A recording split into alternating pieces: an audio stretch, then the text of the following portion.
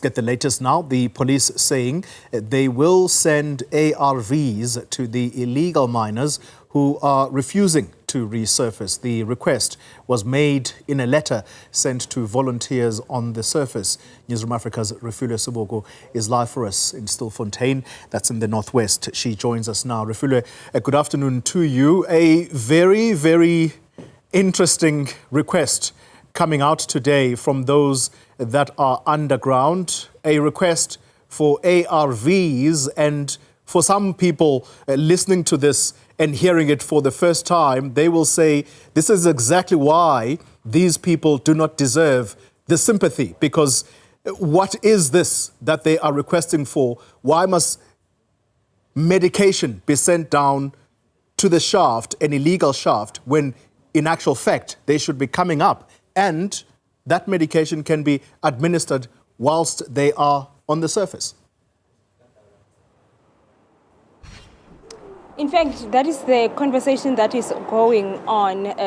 Some are saying that that request is just ridiculous, considering that all that they need to do is to resurface, and if they are really in need of any other medication, not just the ARVs, they will get them on surface because of that call for them to resurface. But now we are now seeing what seems to be a relaxation of the rules, or some leniency when it comes to officials who had initially took a stance to say they're not going to send any help. I mean, with the briefing that we had a little bit earlier on from the Deputy Commissioner of the Police, together with the MEC of Safety and Community Safety in the Northwest Province, Wessels Moroeng, saying that they are going to send that help that was requested, including the ARVs. Also saying that they are following on the court order that was made on Saturday, that there should be help sent to those that are on ground. Let's listen to the Deputy Commissioner of Police in relation to that request that was made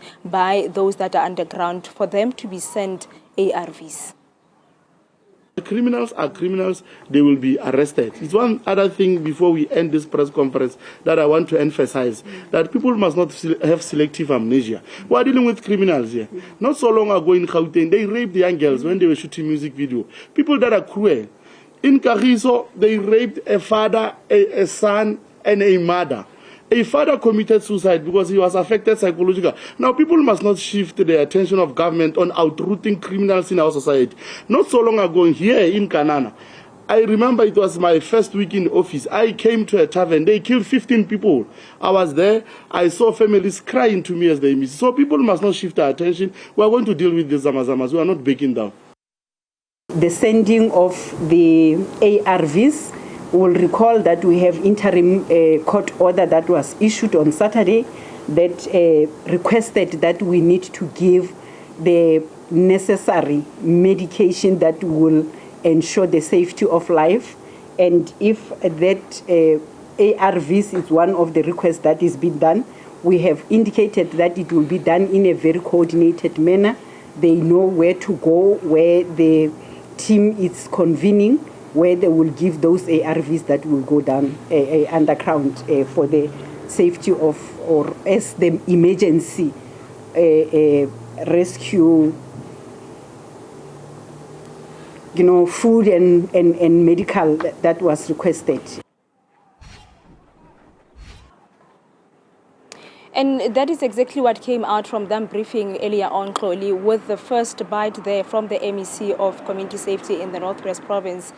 Once again, reaffirming or also standing on their ground to say they are not backing down, making a reflection on an incident that happened in Kanana where people were shot at a tavern, to say that as much as, yes, they are going to relax some of their rules in terms of how they are going to deal with this situation in Stilfontein, people must also not forget that these criminal activities or illegal mining operations are also linked to other incidents of criminality that they are registering as well as authorities authorities.